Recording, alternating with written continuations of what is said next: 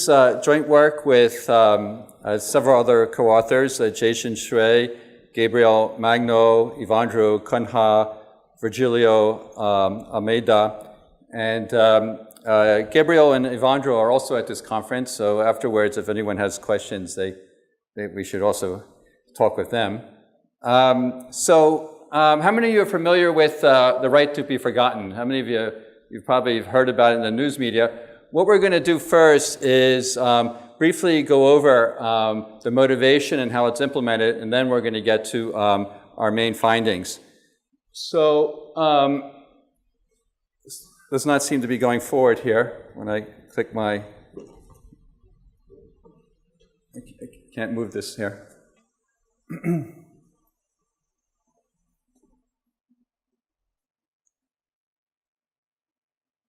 Just arrows. Here. Okay, now it's working. Okay, great. So, unfortunately, I can't see it on the screen, though, but I guess that's okay. I'll just look up at it here. Yeah, it's not mirrored. Okay, all right. I'll have to just step back then. So, the motivation behind the law is that when someone Googles your name, and maybe they Google your name, and the first link that comes up when they Google your name is an article about a crime that you perhaps committed 20 years ago. Or perhaps it's a crime for which you were acquitted. Or perhaps something, a minor crime that you did when you were very young, when you were a teenager. Or maybe it's just some personal private information, such as your home address or your social security number. If that situation happens, then what can you do? There's, in the past, there's not much you could do but cry. But fortunately, the European Union came along a few years ago and created this so-called right to be forgotten law, which imposes restrictions on search engines. And so in particular, it works as follows. Well, first, the process works as follows. First of all, it began in 2014, and what you do is, if you want to have something removed, something forgotten from a search engine, you go to, say, Google, and you fill out an online form where you provide information like your name, the URL you want removed, the reason why you want it to be removed, and the country you live in. And then there's a committee at Google based in Dublin that decides whether that request should be approved or not. And according to the Google website, the Google transparency site, the committee makes this decision based on whether it's private or sensitive information, it's content that relates to, so they'll go ahead and honor the request if it's private or sensitive information, if it's content that relates to minors, if it's a minor crime occurring when the requester was a minor, and also often for acquittals, exonerations, and spent convictions. And Google also may decline to delist it if it determines the page contains information which is not publicly available. So how does Google go about implementing this law? So, or not just Google, any search engine. The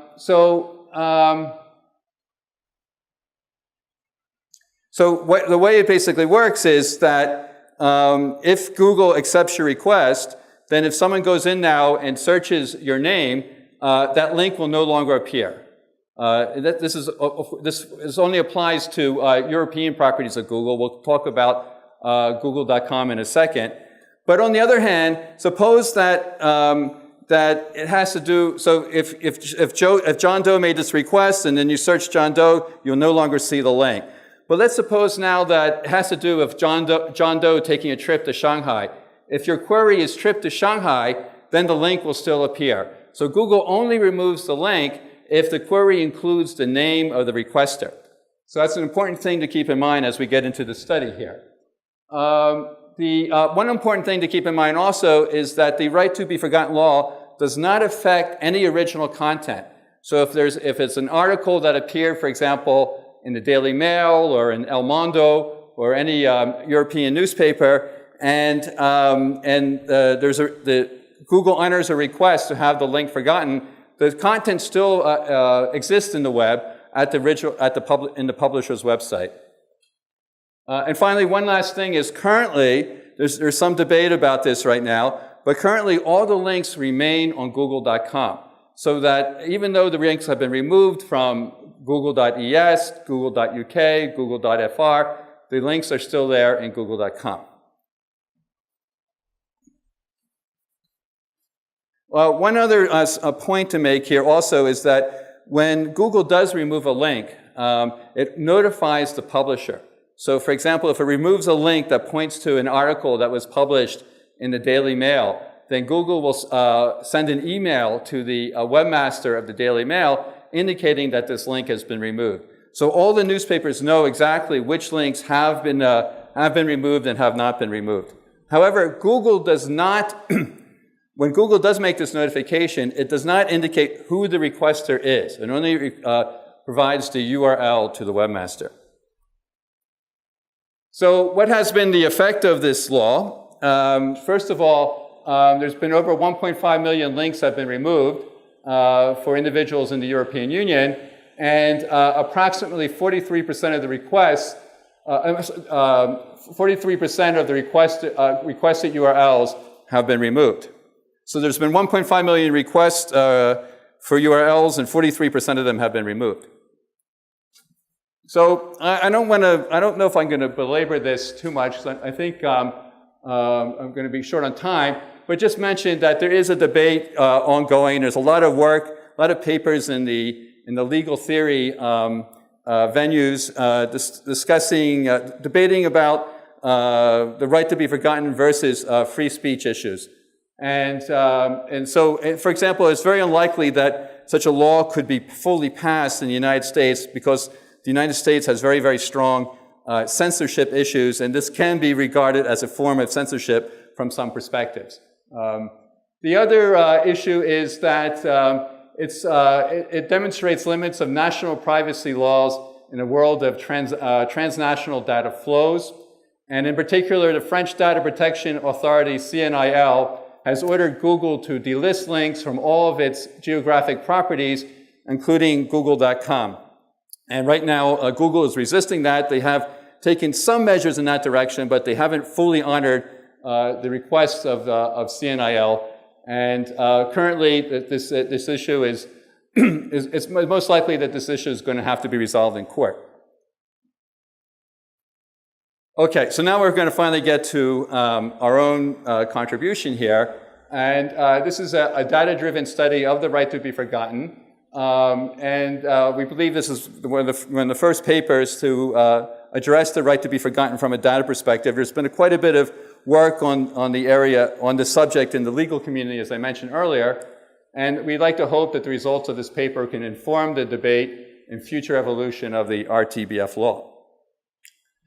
So the main result that we want to get to today is this possibility that the right to be forgotten can be attacked. And what we mean by attacking the right to be forgotten is as follows.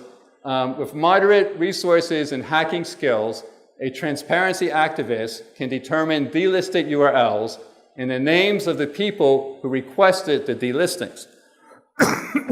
The activist can then republish those URLs and the names on his or her own website. And finally, by doing that, this could lead to the so-called Streisand Effect. And the Streisand Effect is a term that's often used in the privacy community, which means when someone tries to hide, remove, or censor information, inadvertently, that it makes the information even more visible, and then people see it even more. So the main argument we want to make here is the right to be forgotten in some situations, instead of helping someone hide what they want to have hidden, it can actually make it more well known. Some additional results that we're going to get into is that we also analyzed 283 known articles that have been delisted. and we look at, in fact, I'm just going to jump into that right away here. So, as I mentioned earlier, when Google delists a URL, it notifies the webmaster. And so, a number of media sources in the UK have gone ahead and republished all those URLs in its newspaper. So you can just go to these websites. You can go to the BBC, the Telegraph, the Daily Mail, and the Guardian, and get actually a list of articles that have been delisted for their newspapers. So, and for some reason, it's only the UK that does this. We don't know of any other newspaper in any other European country that does this, but for whatever reason, this is happening in the UK. So this is just a summary of our data set. We have 283 known delisted URLs. We can see that the URLs, most of them are between year 2000 and 2012. The typical size of an article is 400 to 600 words. What's important here in this study is the number of names that are mentioned in each article, and we see that typically, there's only one name is mentioned in an article. On average, 2.1 names are mentioned in any one article in our data set.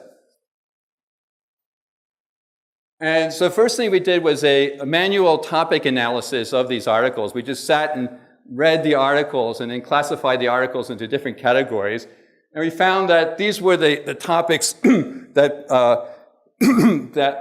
were included in the articles. So they range from sexual assault to financial misconduct to pedophilia. So many of them have to do with sexual misconduct, sexual related issues. Many of them have to do with financial issues as well. But some also deal with things like spying, terrorism, drugs as well. Then what we did is we also used a latent Dirichlet allocation method to also automatically analyze the topics in these 283 articles. And latent Dirichlet allocation is an unsupervised generative machine learning technique that's very popular now for analyzing text. And we came up, when we did this, we came up with some similar results. These are the top 8 topics that were discovered in the corpus. And the top topic was dealing with violent crime. The second one was with drunk driving. Third one, domestic drug use, murder, prostitution, financial misconduct, and sexual assault. Great. Okay, so I want to go over these attacks. These attacks we feel are probably the most important contribution of this work. And the attacks were motivated, were somewhat inspired by this data-driven study that we just went over.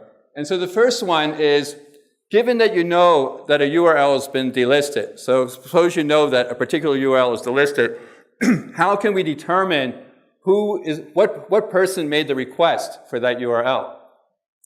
And the attack is quite straightforward. You just take the delisted article, read the article and determine all the names in the article, and then for each name, you query Google. Let's say again it's been delisted in some UK newspaper. You query Google UK with name and article title. And if the article URL, when you look at the results, if the article URL is not listed, then you know that that particular name is indeed the requester, because that's how the right to be forgotten law works, and that's how it's even on Google's transparency page. It says that this is basically the process. So a very, very simple attack there to determine who is the requester of a particular delisted article. So we were able to do a demographic study on that. I won't say too much. We found that 87.5% of the requesters are male. And we also were able to, just by reading the articles, we were able to determine often their ages and their professions. I'm going to skip this for lack of time. Now we're going to get into the main attack that I want to emphasize here. That attack that we think puts the right to be forgotten in question to some extent. Okay, and the attack is again fairly straightforward. And here what we want to do now is try to determine previously unknown delisted links and the requesters for those delisted links. Because if I'm a transparency advocate, and if I can do that, very easily determine delisted links and the requesters for those delisted links, then I can create a website and publish all that material there. And now people can just go to my website and check to see if I have any articles that were delisted. And in fact, there already exists one website called Hidden from Google that does something like that. They didn't use our attack to do that. They just gathered links again from those that were republished in the news media. But there is already an existing site that's existed for several years now doing that. So the attack is as follows. It's a divide and conquer attack where you pick one newspaper at a time. So for example, you might pick El Mundo, the Spanish newspaper, and you crawl and download all the digital articles of El Mundo. So you first go ahead and you crawl all the articles. It's not very hard to do that. These newspapers are not very sophisticated. You can usually do that. Some newspapers provide all their articles on a CD. And then you put all the articles in a database and you search on terms related to topics typically requested for removal. And then from those articles, automatically collect all the names mentioned. You can use automated tools, automated natural language processing tools to extract the names from all the articles. And then you write a script that puts each name and article title into google.es and then checks for the links that are returned. And once again, if for any of these articles, if the article URL is not listed, then the URL is delisted and the name is the requester. So the attack is as straightforward as that. And we didn't want to attack all the newspapers in the European Union, but we did do a small case study here, proof of concept, with El Mundo. So let me actually just jump to that real quick here. So what we did, and Gabriel, who's in the audience, who is the person who carried this out, so we queried El Mundo with 37 Spanish terms related to crime and downloaded 85,000 articles. And then we automatically extracted all the names from those articles. And then to reduce the query effort, we used heuristics to filter the queries. We didn't want to send to Google too many queries. We were concerned that we'd be blocked, or we also were concerned about the ethical issues. So we ended up with 6,410 queries. Each query is, again, a combination of article title and name of requester. And then we sequentially queried Google ES from a single machine. We just used a single machine based in Brazil to query Google ES. And then doing that, we discovered two delisted links that were previously unknown. And after that was done, we went ahead and double-checked to make sure that those links are there somewhere in Google. And so we checked querying Google ES with the title only and Google.com with the name of the requester. And in both cases, in all cases, the links would come up. Okay, so let me just then just conclude this last slide. And so basic conclusion is that RTBF can be broken for links to news media. We see no apparent defense to this. Attack remains valid if RTBF is extended to google.com. The other point that I think is an important point to emphasize is that even if this attack is valid and its right to be forgotten, in our opinion, still serves an important role. And that is that 95% of the URLs that are requested to be removed are URLs for personal private information. This is something that's not emphasized in the news media at all. But if you dig down into it, you find out this is a truth. So most of the requests are for things like, I don't want my phone number to be publicly known or my email address to be publicly known. And that information is typically not in news articles, but it's instead in social media, such as Facebook or YouTube or something of this sort. And it's much harder to uncover the delisted links for those social networks, mostly because there's just so much content out there. and it would just be very, very computationally expensive to be able to perform that. And I'll just mention just very briefly that we've done an earlier study also questioning the COPA law, and we also showed in that case that that particular law also has the effect of reducing one's privacy sometimes rather than enhancing it. Stop there.